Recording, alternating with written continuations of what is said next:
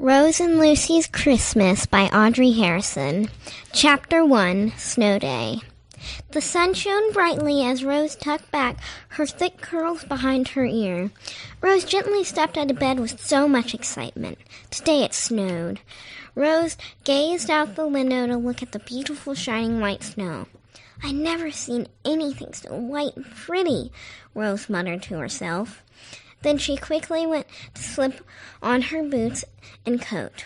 When she finally started to open the door, Mom called, "Breakfast!" Mom was making eggs, pancake, and fruit. "It was brilliant," Rose said after she gobbled it down. Rose got up and quickly ran out the door into the snow. The snow crackled and crunched under her boots. The sun shone so brightly down on the snow that Rose thought it might melt.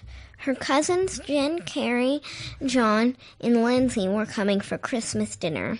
It always snowed, but Rose was extra excited about this year because it had the thickest and shining snow, and it had not been like that for years. As she started to shiver, she went inside. A nice glass of hot cocoa was on the table for her. Rose's little sister was now awake, looking more cheerful than ever.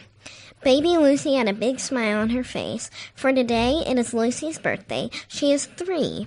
Mom takes out the milk, butter, eggs, and sugar, and flour to make Lucy's cake. Rose snuggled Lucy. Rose ran into her room to take off her boots and coat. Mom was now cracking the eggs and beating the butter and sugar together, while Lucy clapped her hands in excitement. Rose came back into the kitchen with a present in her hand. Mom let Lucy and Rose taste a bit of the sugar and butter mixture. It's so close to Christmas, now only 1 day away. Dad was out cutting a tree for our house. As Lucy gazed up, she saw Dad and started to yell, "Dada! Dada! Dada!" Dad walked in covered in snow. "Sarah, can you help?" "Oh, yes, Frank." Mom takes the other side of the tree. Quickly they sat down the tree next to the crackling fire. Dad sat down and took Lucy and Rose in his cold arms. "What did you find?" Rose yelled out in excitement. "Well, I don't know if..." A small object fell out of his pocket.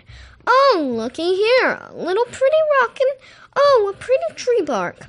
Dad gives Rose the tree bark and Lucy the rock. Rose ran to her room and as quick as she could put it on her shelf. Rose heard Mom shouting, "Frank, Frank, here's breakfast. Eat, please eat." Rose walked back to the kitchen to help Mom and Lucy decorate the tree. Lucy was quietly singing, "Christmas tree, oh, Christmas tree." Mom had a big smile on her face. Rose heard some whining by the front door. "Oh, Rose, can you please let Cookie in?" "Yes, Mom," Rose said. Cookie came in such a hurry. He was shivering. Rose put Cookie in his cage with a warm glass of water. Rose finally gave Lucy her present. Lucy squealed. She pulled out the tissue paper and yelled out again, for it was a French doll with a little beret. The doorbell rang. "Ding dong! The cousins are here!" Rose shouted. Lucy started running to the door, and Cookie started barking. Jen, Carrie, John, and Lindsay came rushing through the door. Ding, ding, ding! The cake was done. Mom ran to the kitchen to get the hot cake out of the oven. The cousins came over to each have a nibble of the cake when Mom was not watching. The cousins wanted to go outside, so all the cousins slipped on their shoes and coats. Outside the sun was very bright. The snow crunched under the big cousins' feet, while the little cousins made snow angels. Time went by so fast as we made snowmen and fell in the deep, crisp snow like water. Mom called time for hair. The little cousins whined, but big cousins knew better. Mom straightened and puffed Rose and Lucy's hair. The puffed hair felt like cotton candy in Rose's hands. After hair was done, it was time to go to town, for on Christmas Eve they have the most brilliant Christmas festival. The bells rang. Da-na-na-na, da-na-na-na. The sound of kids laughing rang in Rose's ears. The smell of corn dogs and cookies were all throughout the town. A thumping vibration was under everyone's feet. "Mom, what's that?" cried Lucy.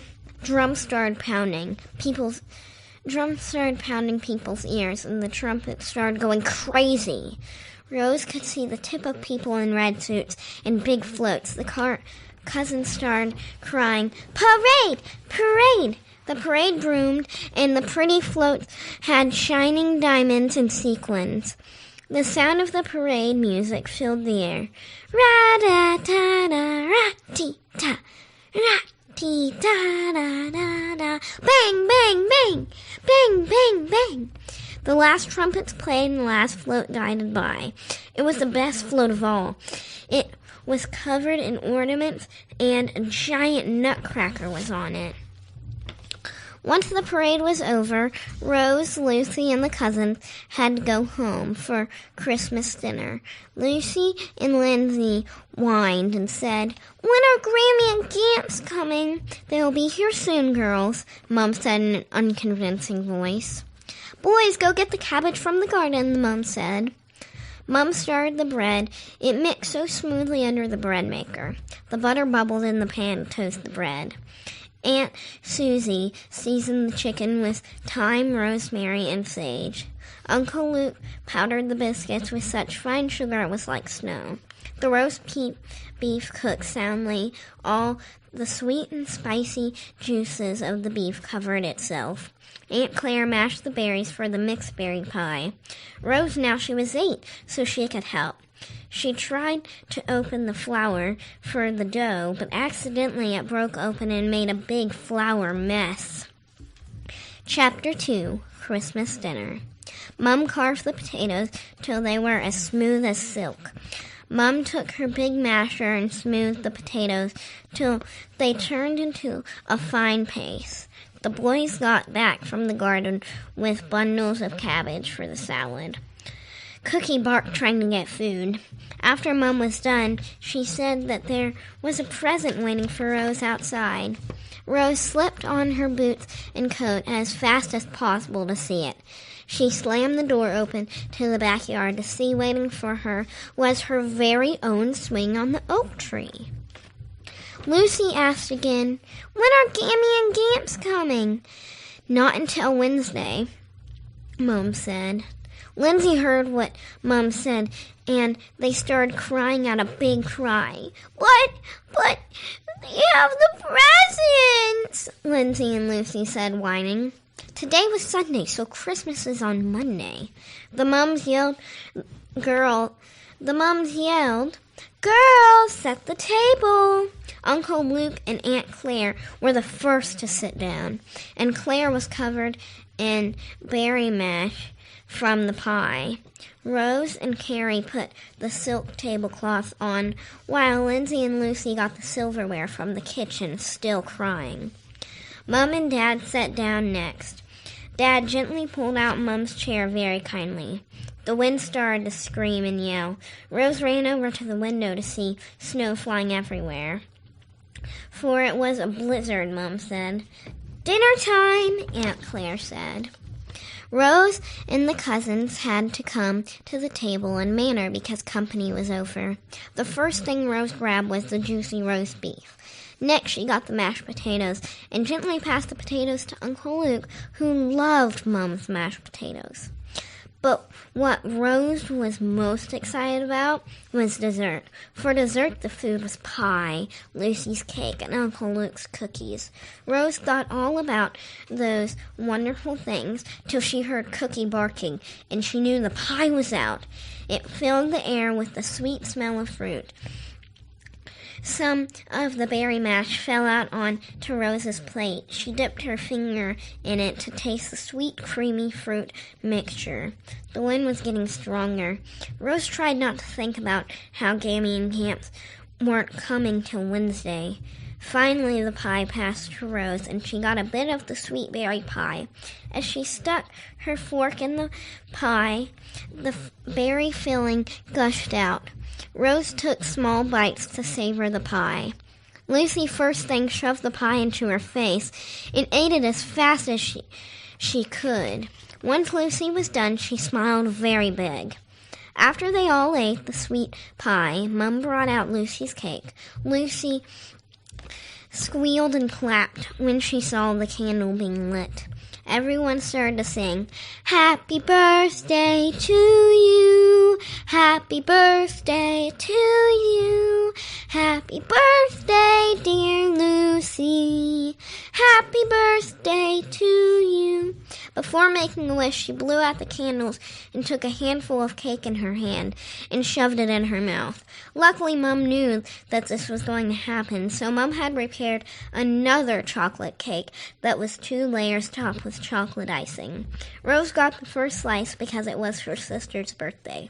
Rose stuck her fork in softly. She pulled out to see a chocolatey chunk of cake. The icing tastes like chocolatey smooth peanut butter. The cake crumbled into fine pieces of chocolate in Rose's mouth. Once everyone finished, Uncle Luke brought out the powdered sugar cookies. Rose loved the taste of Uncle Luke's cookies. The fine sugar melted in her mouth. Rose took every bite with care. Lucy crumbled it into her face to eat it. Lucy licked up the crumbs on the top of her fingers and sat back in her chair as if to say, "I'm full." Once Lucy and Lindsay were excused from the dinner table, they went off to play in Lucy's room.